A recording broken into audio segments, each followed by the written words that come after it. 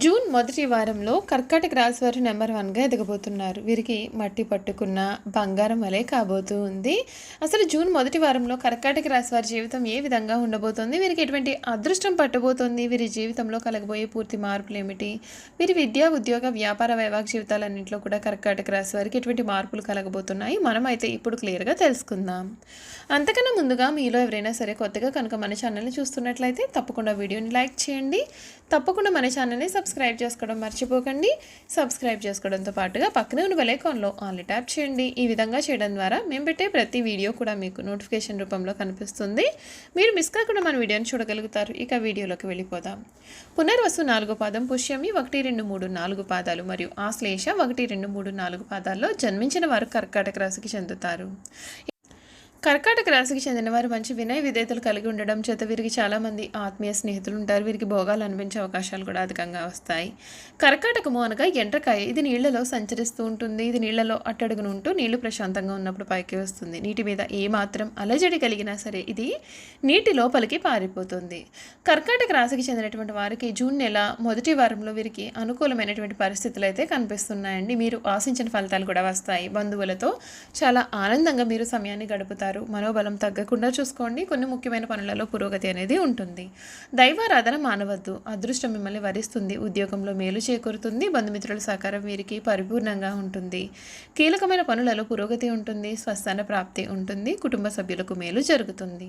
కొన్ని సంఘటనలు మీకు ఆలోచింపజేసేలాగా ఉంటాయి. అష్టమ శని కారణంగా ఎవరితోనూ కూడా అనవసర ప్రసంగాలు చేయవద్దు.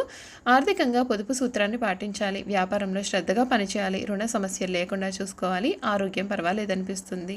ఈ రాశి వారికి జూన్ నెల మొదటి వారంలో అంతా కూడా మేలు జరుగుతుంది. శ్రీలక్ష్మి స్తుతి మీకు ఎంతగానో శక్తిని కూడా కలిగిస్తుంది.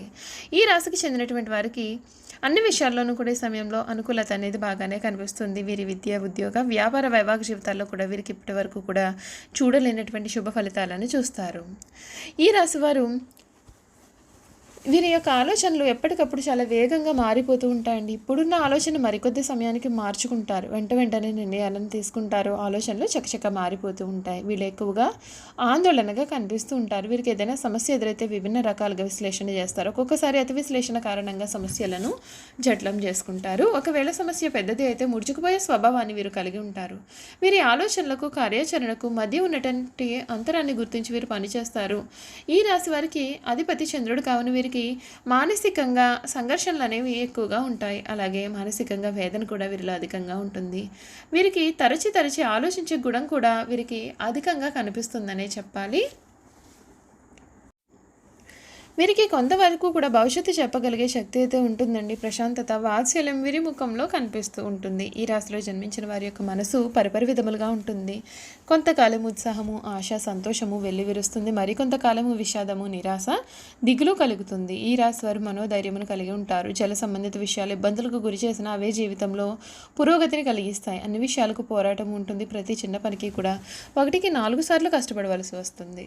సన్నిహిత వర్గంలో నిజాయితీ పరులు ఉన్నంత వరకు వృత్తి, ఉద్యోగ, వ్యాపారాలకు ఇబ్బంది అయితే ఉండదు. రాజకీయ రంగంలో వీరు చక్కగా రాణించగలుగుతారు. కర్కాటక రాశి వారు మహాలక్ష్మి పూజల వలన ఆటంకాలను అధిగమించగలుగుతారు. లలిత కళలో ప్రవేశం కూడా ఉంటుంది. కళా సంబంధిత వృత్తి, వ్యాపారాలలో వీరు రాణించగలుగుతారు.